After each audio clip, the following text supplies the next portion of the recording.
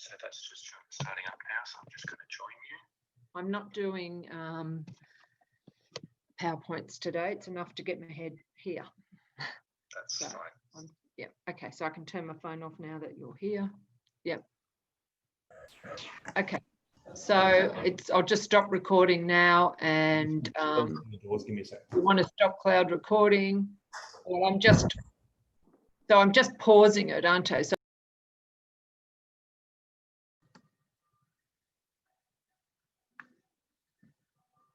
So good afternoon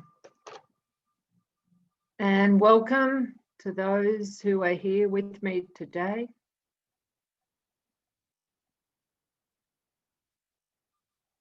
And I'd just like to acknowledge the land, the waters,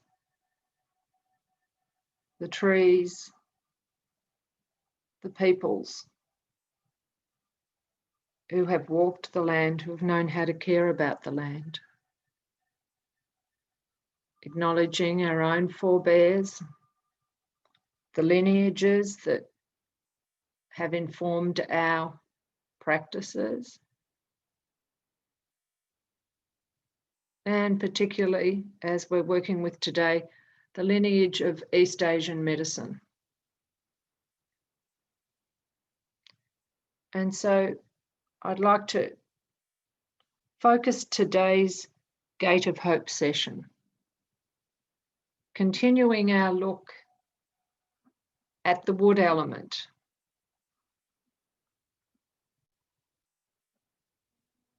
Just experiencing how the wood element is in relation to spring, in relation to us, how the wood element manifests as a constitutional factor. And so today I'm going to have a sense of dialoguing and working with some themes around behaviour, the behaviours of the wood element. So I'm going to invite you first to work with one of the points that I've chosen for today. The point is on the feet. So if you could locate on your first toe a point in the web between the first and second toes, located between the first and second toe. And just have a feel around. You might come into a cross-legged position or butterfly position in yoga and have a feel for this point. This is the second point on the liver channel, and it's known as Xing Jian, liver 2. So I'll invite you now to spend a couple of seconds holding liver 2. It's good to hold it bilaterally and just sensing into that. And here this point represents this moment that we're in, movement between spring, wood element, and summer, fire element. And as we transition from this wood phase to fire phase, we're aware of the movement from wood around to its mother fire. And so this point being the point on the wood channel that is related to fire. So it is the child, and it helps us in this travel between, in this movement between spring and summer, to connect with that transitional energy. So once again, holding the second point on the liver channel, liver 2, travel between. And it's also the spring point So spring as in the season, but spring as in water, waterfall. So this sense of energy bubbling, a cooling energy. So this point is particularly used for any uprising heat in the body. So I'll invite you to hold the point between the web of the first and second toe and sense into this point. Travel between. So this is a very interesting notion in the element of wood. Traditionally, the elements are given directions, they're given sense organs that they relate to, they're given emotions. And so the emotion that's associated with wood is that of anger. And already when we even use that word, culturally, we have such a reaction to it. So I really wanted to work with that today. And so I want to have this picture of moving between these energies of anger and the energy of shame. The energy of anger being the upward and outward, and it can even move into rage of a liver that is out of balance, of a liver element that is in extreme of one or the other, of a liver element that is manifesting a congestion of energy that's either expressed inwardly in a yin state as shame or outwardly as rage, or perhaps both. So as we sit with the second point of our liver channel between the web of the first and second toe, I'll invite you to gently rock with that. This notion of traveling between these states, this state of anger, how it can transition into rage in the yang form, and then the state of anger in the yin form, how it can become shame.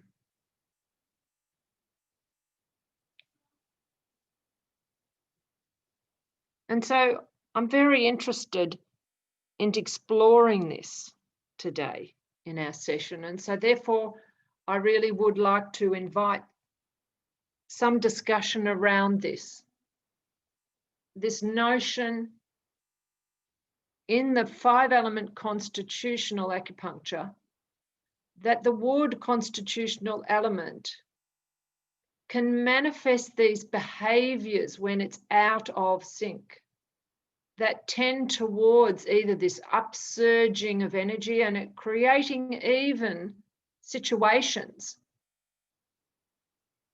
where it will invoke a response like anger, a response like rage, or inversely, creating a situation perhaps of becoming a victim, where then the rage internalizes in a yin state and can become shame. And so what is fascinating in East Asian medicine is that we see it not just as behaviors that may be linked to early childhood patterning, traumas through life, but constitutional patterns. And so therefore, true change of these behavioral manifestations that are not supporting requires an understanding and working with these constitutional patterns and their relationships. So the relationship of the mother of wood, which is water, the relationship of the grandmother of wood, which is metal. And so everything is transitioning. So once again, we come and I invite you again to hold liver 2 as we travel between these emotions today, as we work with this sense of how is it in our lives, the feeling of anger that can turn to rage, and then the inward feeling of anger that can become shame. And as we hold these points, does it have an energetic effect on our body? The 5 elements flow up along the trajectory of the points on the legs and the arms. So we've got this great opportunity to relate to these beginnings of the points that have this movement. So at the point, the second point, it's a spring. It's bubbling up. The movement is bubbling up. But it's also fire. So it's this relationship of fire. And so the symptoms that may be associated with liver 2 are red eyes, upward surging of anger, even symptoms like epilepsy, headaches, things that rise in the upper body. This point would be good for. We're traveling between, we're traveling on this trajectory. And so coming to understand wood in our lives, whether it is that we are a wood constitutional pattern, and that takes all of the use of the assessment skills, the senses, to determine primarily your constitutional pattern, your constitutional factor. And over the sessions that we've been looking at wood, we know that the colour green is associated with wood. So when wood is out of balance, it can manifest as green on the sides of the eyes. For women, often green around the lips, showing an imbalance in the wood element. There could be a taste of sour in the mouth. Problems with the tendons and the muscles. The tendons and the muscles are the outsourcing tissue of the wood element. So stiffness, cramps, pain in the tendons and muscles is related to the wood element. The eyes are the sense organs, so issues relating to the eyes can manifest. An odour on the body. The odour is like that of freshly cut grass, but slightly sour. So it's an odour that has this pungency, sour, pungent odour to the body. And that would be if it was just that nice smell of fresh grass, if the wood is in harmony, but it becomes more putrid if there's strong imbalance. And we know that the organ of liver in Western medicine is a strong organ of detoxification. And the gallbladder helps us to break down our fats, creating and storing the bile. So together, the liver and the gallbladder in Western medicine are acknowledged for detoxing. So no wonder when there's an imbalance, we have these smells, these senses of toxicity in the body. So to understand our constitutional factor, we look at all of these different relationships, the colour, the odour, the sound of the voice. So it's more of a shouting voice when, even in balance, the wood tends to shout, but it's when it's out of balance, the shout has a clipped nature at the end, the words cut off. But it's the behaviour that I'm so interested in looking at today. So once again, coming back to liver 2, this is going to be our focal point today. Xing Jian, travel between. So we're moving from the quiet state of winter, water. We've traversed for 2 months now into spring. We know that upgrowth of spring, we see it everywhere in the garden, from the flowers, the weeds pushing through, and that's the energy of wood. It pushes. That's why it's a great time to start new projects in spring. New life, the birth of things. It controls the sleep. And last time we talked about the Hun. The Hun is the spirit that resides in the liver. It's the soul, and it needs good rest at night. So the nighttime is governed by wood. So for the Hun, needs a quiet state. Anything that stirs up the liver, too much heat stirs up the liver. It affects the Hun. That affects our dreams. So a lot of dreaming, particularly disturbed dreaming, is always a sign of an imbalance of the wood element. And alcohol. Alcohol is the propensity of addiction that goes with wood element. Classically in the text, 5-element acupuncture texts, they talk about the out of balance wood element constitutional person comes home from work and wants a beer to relax, alcohol to relax. So what do we do with this? What do we do with this notion of a build-up of these polarity forces? We travel between them, and liver 2 is our gifting today. Xing Chan, between the web of the first and second toe. By working it and holding it, it allows us to find some peace as we move between these states that are part of our wood element.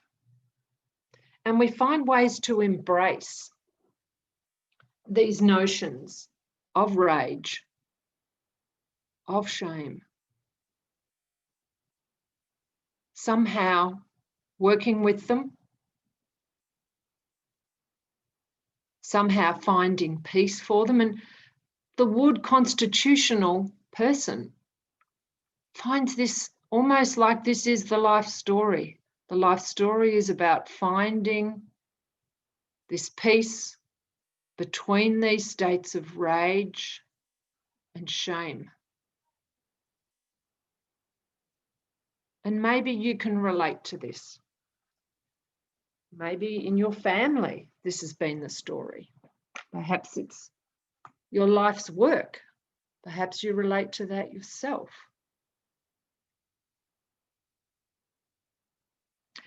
I was taken the other day when I listened to the radio and they were talking about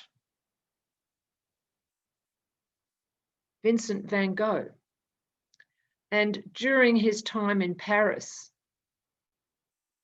the wind was renowned for moving and stirring through the small courtyards and laneways. And he spent a lot of time there during spring.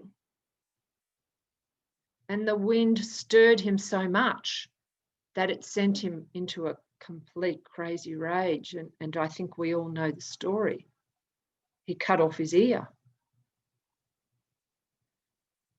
And so that is the energy of spring, that energy of wind. And it's said that when the wood element is out of balance, even if they're inside and not out in the elements, they can still be deeply affected by the stirring of wind outside, completely coming and destabilizing. So I invite us once again to travel between liver 1 and liver 3. Liver 1 was the wood point, the first point on the channel, the horary point, the element point. And liver 3, the earth point. It's the direction we're going towards. But in between, we have liver 2, the fire point, allowing us to transition smoothly into summer. And also finding, through holding this point, a stillness between these energies that require some maturity, some harnessing, some understanding, some working with these energies of rage and shame. So I'd really like to invite some conversation now.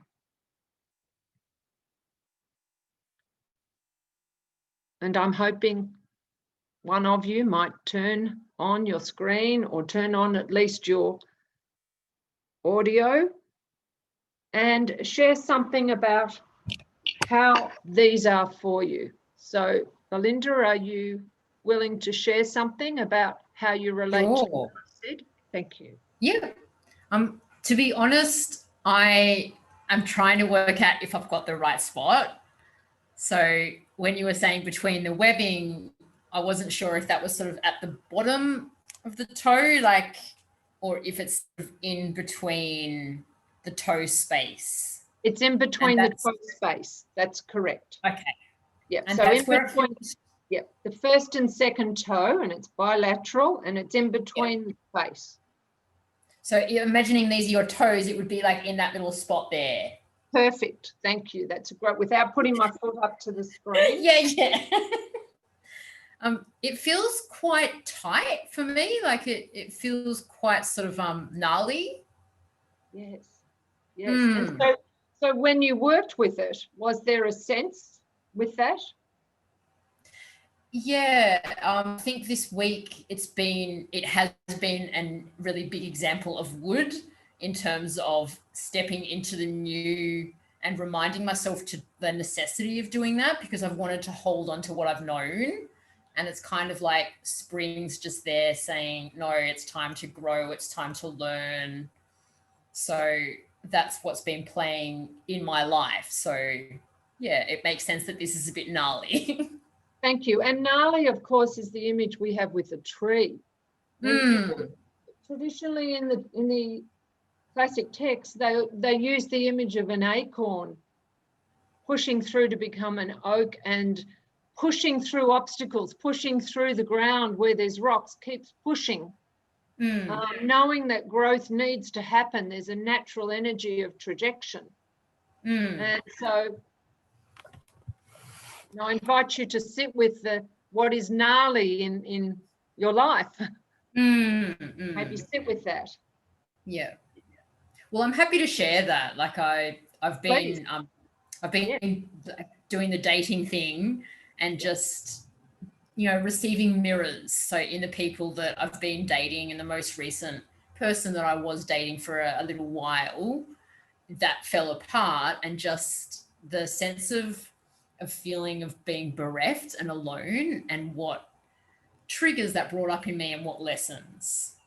Yeah. And that ability to kind of appreciate that learning as well, rather than wanting to run from it, sort of sitting with that.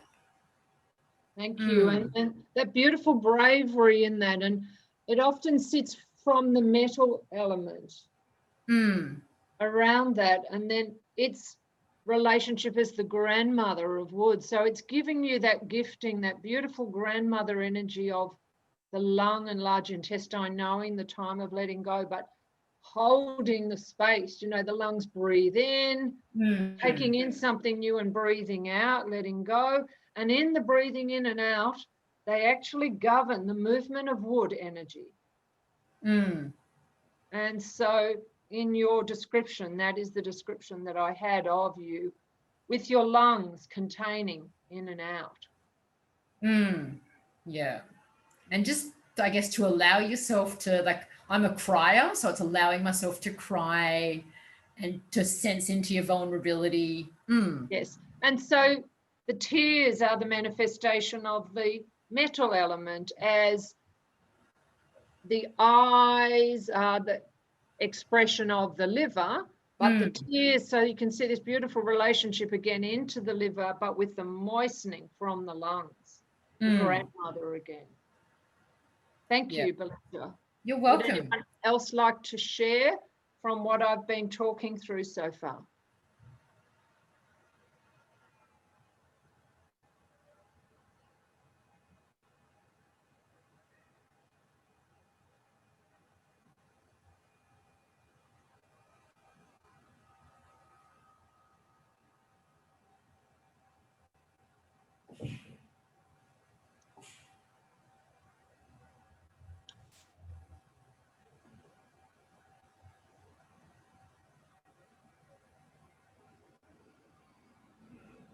Hi, Marie.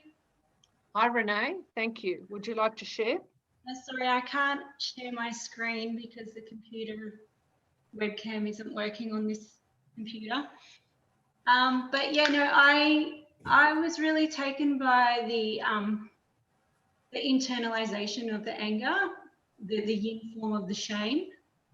Yeah, I'm always kind of, I guess, focused on the outward yang of the rage. And yes, in the Western perspective, and also in the Chinese perspective, anger and depression. But yeah, for me, just the shame really resonated. I think there are things that I have been working through this year, which have been related to shame, and I didn't, you know, it's like the jigsaw puzzle. The step before that was, you know, the internalization of the anger. So, and realizing that is, yeah, a yin form of things. So, yeah, I just really resonated with that. Thank you. And you mentioned depression, which is, you know, naturally the texts talk about depression, and partly I chose not to because I thought it's sort of a given. You know, we often talk about liver energy, wood energy being stuck and leading to depression, and that is absolutely true. But what is, I thought, so much more interesting underneath that is the shame, because it draws on the kidney energy, because shame has a sense of fear with it, of many other emotions, doesn't it? Alienation, annihilation, so many things that are at a core. And I imagine, and well, having done the reading around this today, I know that in the rage sits the shame. The two go together. And what I was so fascinated in reading around the 5-element constitutional patterns is that the person with a more dominant liver element constitution, and we often inherit family patterns of constitutions. It's our karmic patterns. We'll have this as a life story, this movement between the two, and you know, feeling so overwhelmed by the feeling of rage, just not even a rage at anything in particular, just rage as an energy that's in the tissues, that the shame becomes, you know, the two heads of the same emotion. Anger becomes both shame and rage. And so in talking about this, there is great benefit to look at then what? You know, it's one thing to bring all of this out, but how does then Oriental medicine, Chinese medicine, shiatsu, what does it give us to work with? Well, one thing is the points, and we can work with the points ourselves. We can give those to our clients. We can, as we've been doing in this, we can meditate on the meaning of the points. In ancient texts, they weren't looking so much at behaviors. Maybe they looked at extremes of behavior, but culturally, life was much more structured. Now with psychology, we can understand and we can label behaviors and emotions. We've got greater language for it. We've got greater understanding. And in Chinese medicine, we have another level of skills, that it's not just about behavioral management. It's not just about cognitive behavior therapy. It's not just about working with trauma-sensitive work. By understanding our constitutional tendencies, we can actually work with that. So with wood, what's really good in spring is to have the things that we see in the garden, lots of fresh leafy greens, you know, fresh young seeds, nuts, baby shoots, sprouts, things that are new and fresh. It's a great time to detox so that the liver doesn't have to work not only on heavy foods, but detox emotions. And that could be through journaling, through doing some psychotherapy, through doing some artwork, through meditating particularly, because it then gives you, meditating, the word means medicine. Meditate means medicine. And the medicine is finding self-compassion for these states between rage and shame. Self-compassion to use the energy of wood for justice. So wood is visionary. Wood is about justice, but not justice at any cause. Not I am right and everybody else is wrong. That can be the blocked wood that only sees the one way. We know that for energy to be in balance, it has to move. It has to transition. It has to move from wood into fire, from fire, which is all about relationships, into earth, which harmonizes, which grounds, into metal, which is the time for new life, but also letting go, into water, into hibernation, into really rooting and grounding, and then back to wood. All of these must work in relationships. So for wood to come back into balance, not only do we work on what works for wood, and that's movement, meditation, green leafy vegetables, detoxing, eye exercises. We also think about bringing some part of every other element into it because of their relationships. Qigong, that will really nourish the Jing, the mother of wood, that will really help to root. The tree is only good because it's got strong, deep roots down in the ground. If we remember our last few sessions, the image of spring is the tree with a horizontal line which represents where it is on the earth. Branches going out and extending out, but strong roots. And so a third of the tree is down in the ground, well rooted. And so we need to be, for our safe use of that dynamic energy that is our wood, it needs to be well rooted and grounded. Rest. The best time for resting for wood is 1 to 3 in the afternoon. The organs all have their own sense times when they're at most active. The liver's most active at 1 to 3 in the morning. Gallbladder, 11 to 1. At the opposite 12 hours, that's when it's best to rest. But between 1 and 3, if we rest lying down, all that beautiful blood in the body can return to the liver and nourish it. It's like another opportunity to detox. And that's why it's best if we are in bed by 11, by the time gallbladder comes in, so that our wood energy is able to harness the Hun, the spirit, sending it down deep into the body where it needs to rest for the night, allowing us to make good decisions, digest those decisions and things we've done during the day. We need to sleep on them, and that's the job of the liver. That's the job of the wood. And so then as we transition through the elements, we can see then the relationship of all the other elements. And then maybe our life story is that we have a wood constitutional element, or a family where we've been born into that wood constitutional family. Maybe we're part of that wood element constitution. Maybe we're not. Either way, we're impacted by wood. And so if we can understand it and reflect it in ourselves, then it helps us to be with those in our lives who perhaps are shouting.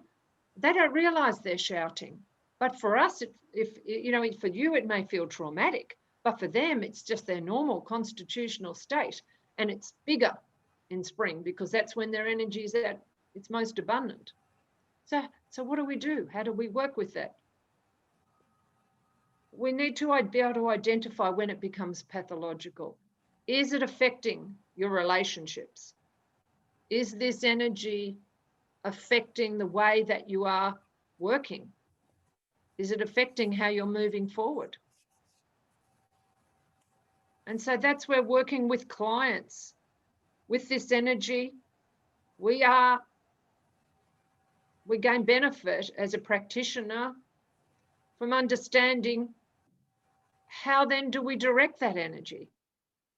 A person with that wood constitutional force, if that's coming at you, it may be good to take some of those ideas from the martial arts. Aikido would say, let it go to the side, direct the energy, grab it and then take it to its side. And that's sort of what we're doing with the points.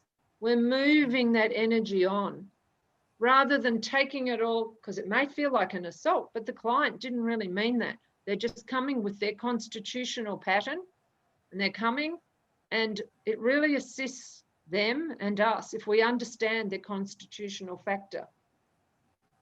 And we're not going to change someone's core constitutional factor, but we can understand it, and then we can give them tools, and we've talked about some of the tools. We can tell them how important it is for wood to move. A flexible wood is a good wood. That wood needs to stretch, needs to exercise, it needs to move. That's its expression. It needs to be grounded, so it needs to rest at appropriate times. It needs to get to bed before 11 o'clock at night. And it doesn't need to be heated with a whole lot of alcohol, and that's a big one. And leafy greens and things that help detox are really good for liver, for wood. And having some spiritual practice to work with those energies of rage and shame.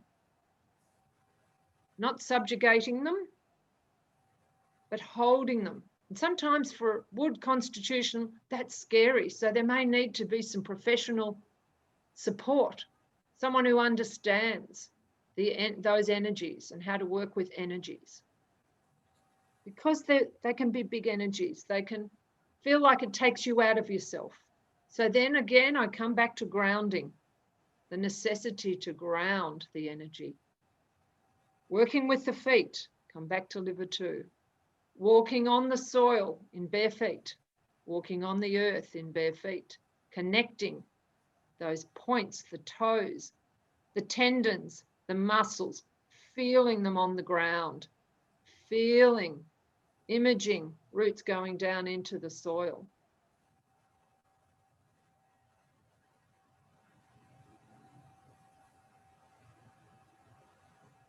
I'm going to invite anyone else who'd like to share something of these notions around behaviour. Aya, thank you. Hi, can you hear me? Because I think my speaker is not very good. I can hear you. Yeah, okay. I have a question. Is holding the point 1, 2, 3 together or not together for feet, if I do it a lot, is it going to affect the mental health, like the emotion? Yes, definitely. Holding the points, and it's up to you whether you want to hold them all together, 1, 2, 3. I'm inviting an exploration of one point at a time. So today, to get to know a point, get to know these gateways. Today, liver 2 is important because we're transitioning into summer. So it's our transition from wood into fire. But it's important for you to work out how working with points works for you. It's a great way of getting in touch with the body, feeling points. And because the body, mind is all connected in East Asian medicine, by default, you're working with the emotion. It's hard to believe holding a point would work the emotion, but it does. After 30 years of working in this, I know when I have a treatment and they've worked points, we haven't talked, we've done no psychotherapy, I am different at the end. The points are very powerful because they go beyond the word. They go to the spirit of the organ. And also something else, at night, if I understood that it's better to rest 11, 1, 2, 3. That's right.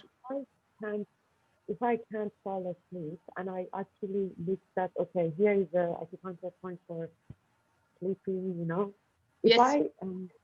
If I just see no moving and lay down, is it enough working the same thing? Or is it better if I just start working up on point 6? Okay, so around the eye is also relates to the gallbladder and sleep, and also at the bottom of the ear, it's the second point of the gallbladder. And so at night time, if you're trying to sleep, it may be that to do some stretches And there are particular stretch related to the liver. It's called the liver makaho, where the feet sit outwardly and you stretch one side and the other side. Perhaps if you've done Zen, you could go back into the notes and have a look at the liver makaho. Doing more yin type stretches at night is important rather than active yang aerobic at night.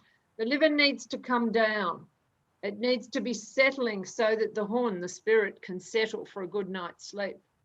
So when it is difficult to go off to sleep, then it's good to do some stretching and really coming down, remembering the light, the eyes that comes into the eyes needs to transition again from daytime to nighttime. So going off screens at least 2 hours before you go to sleep.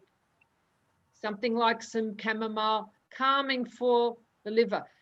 Keeping the room a bit cooler and having the pillow slightly elevated.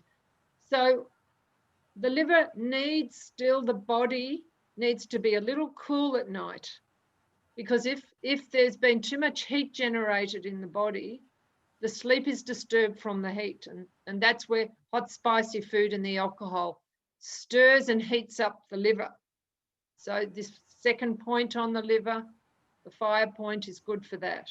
So there's some little things that can help in the sleep. But restless sleep, lots of dreams, is a sign of an imbalance in the wood element.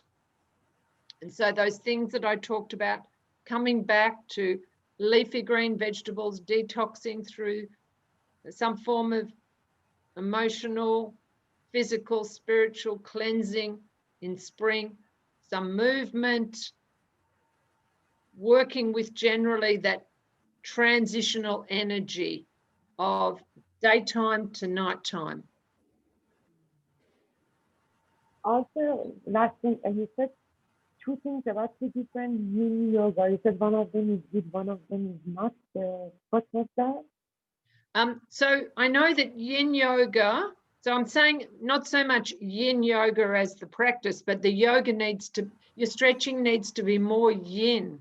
So you're coming down and in, not yang and active at night. Nighttime is the yin time. And because wood energy is up and out by nature,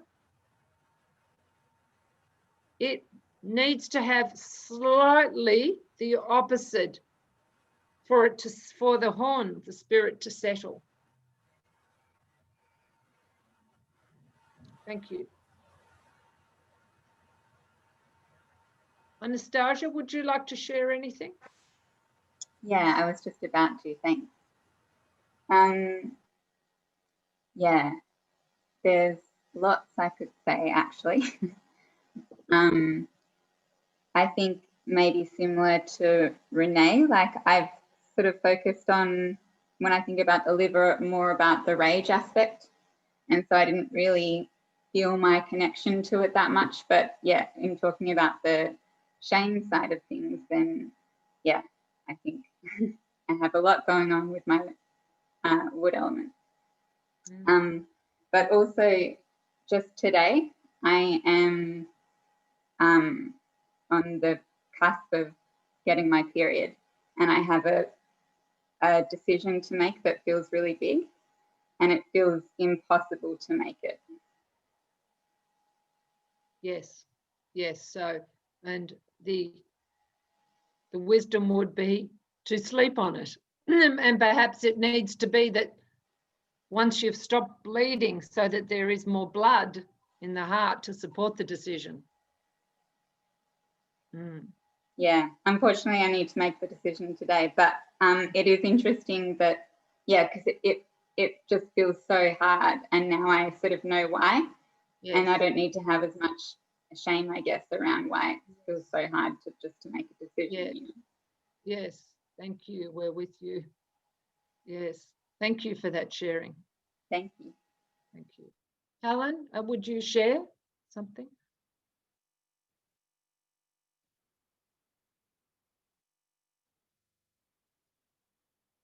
Thank you for being there.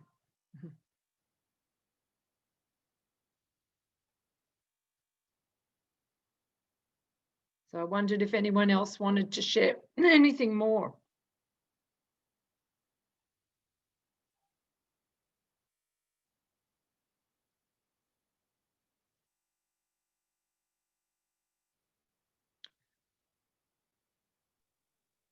Is there any, I don't think it's a good question, but is there any specific time of a day is better related to working with this point? I understand that something is for sleeping working at night, but Yes. is there anything? So the liver in the 24-hour cycle, the wood element comes to its absolute maximum of energy between 11 p.m. and 3 a.m. But it's not necessarily practical to see clients at that time. But for your own self, that would be a good time to work with the points on the channel, because they're like, well, because they are channels, it's like they've been filled. They're reservoirs that have been filled, and the fluid comes up to its peak at that time. So they're most active then, and there's going to be the greatest change when they're at their peak. So it is appropriate then.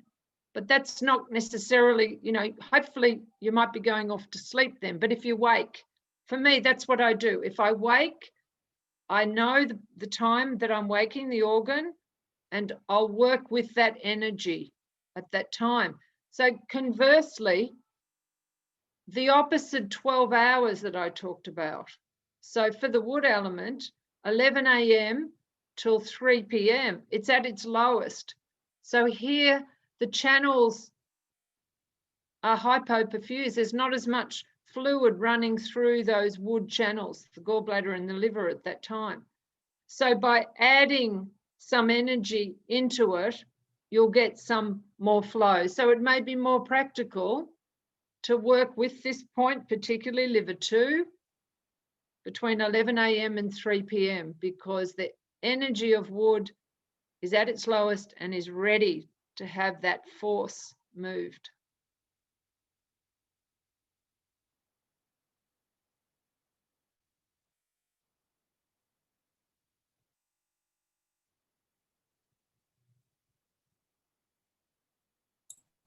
Hi, Marie, it's Aurora here. I'm sorry I've missed most of it, but I had a presentation for my daughter for a scholarship award, so it was kind of important.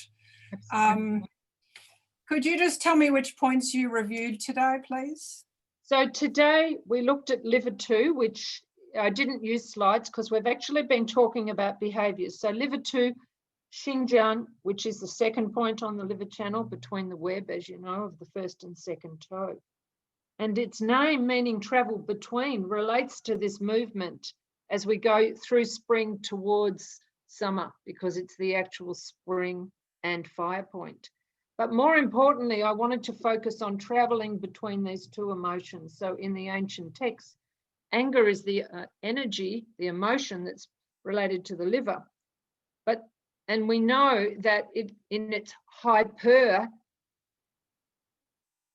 formation, it can turn into rage, but it's in its hypo, in its yin state, it can be expressed as shame. And so we've been talking about the behaviors of these energies in that constitutional person that is a wood constitution by nature. And so we've been discussing this movement between rage and shame, and how the wood constitutional person, often as a life story, karmic pattern, finds themselves in situations, almost like life throwing up situations where they'll constantly be experiencing either rage or shame, almost like they then say, how come I'm always in these situations? And that is what the traditional texts talk about, that the constitutional factor, when it's out of balance, finds it hard to balance these two. We all will have some rage and shame at different times, and the wood constitutional person feels these two energies more than any other two energies. And in the middle of that, working with that, we talked about the medicine being meditation, as well as all the practical things that you know about to help with wood movement, green leafy vegetables, fresh new sprouts, detoxing, but particularly the medicine of meditation, and meditation that has in it self-compassion as the basis of the practice, and compassion for all beings, so that through working with these extreme energies of rage and shame, humility arises. And one isn't annihilated, nor does one want to annihilate another, but one comes into understanding the life force that is their karmic pattern, if one were a wood constitutional pattern. I'm wondering, Aurora, do you have any reflections on what I'm saying? Yeah, I do. I definitely think meditation is great for that. In particular, I don't know if this makes sense. It's just sort of, I'm not really thinking it through any structural thing, but through the heart space. Yes, thank you. Yes, great. Yep. So I mean, obviously all meditation helps to de-stress the nervous system and calm the emotions, helps stabilize and balance. But I think through the heart energy in the heart space, one can forgive oneself in a really full way. I don't know if that makes sense to anybody, but. Thank you. That's so beautiful. And thank you for bringing up the word forgiveness, having also recently, as I was studying this, come back to books that I've had for 20 years, Caroline Myss, Why People Don't Heal and How They Can. And it's also backed up by research now, and it's about forgiveness. So thank you for bringing that to the table today. And it's not, we can't go straight to forgiveness. It's not step 2. There's a lot of things that need to come in between often, especially when we're talking such extreme emotions as rage and shame. Lots of processes. But to have forgiveness as a goal and coming from the heart space, starting with forgiveness of oneself, because really that's what we're talking about. We're talking about this as a constitutional pattern, working with this life force. And the heart, of course, is the child of wood, and it's the direction we're going into summer, and it's about relationships. And in the heart is softness and is connection, and it gives wood some purpose because it's about relationship. And so thank you so much for reminding me about forgiveness. It is the second part of the medicine. The meditation is the medicine, but the forgiveness is the pearl in the medicine. It's the real aspect of it. But I really also feel how important it is that there are other steps of acknowledgement before getting necessarily to forgiveness. Well, Marie, I think sometimes the forgiveness just comes as a result. Thank you. The meditation, you're focusing on the heart energy or the compassion or whatever it is that you're focusing on. And sometimes that's just one of the resulting consequences, which I think is sometimes why we then keep meditating, because we have not only kind of the purposeful purpose, the aim, but we also get these other benefits that perhaps we don't realize or we can't put words to, but pervade ourselves. Thank you.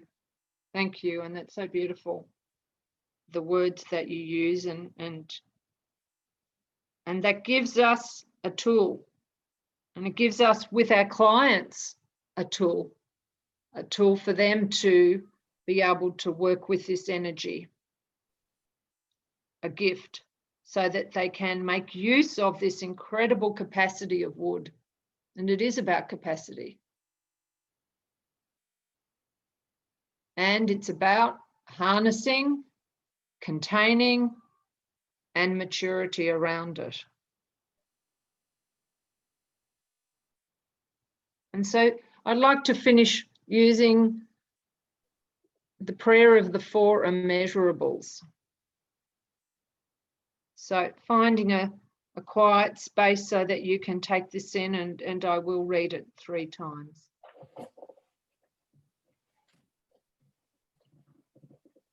So from our work and our learnings, may we use this so that all beings have happiness and the cause of happiness. May we work towards all beings being free from suffering and the cause of suffering. May we work towards assisting beings that they never part from happiness that knows no suffering. And may we work to help all beings dwell in equanimity, free from attachment and aversion to those near and far. May all beings have happiness and the cause of happiness. May they be free from suffering and the cause of suffering. May they never part from the happiness that knows no suffering. May they dwell in equanimity, free from attachment and aversion to those near and far. And may all of you here have happiness and the causes of happiness, and may you be free from suffering and the cause of suffering.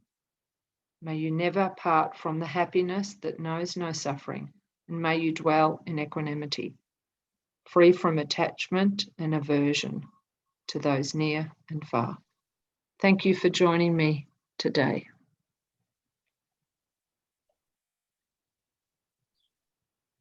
Thank you.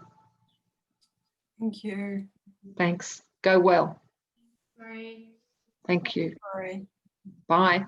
Go well. Thanks.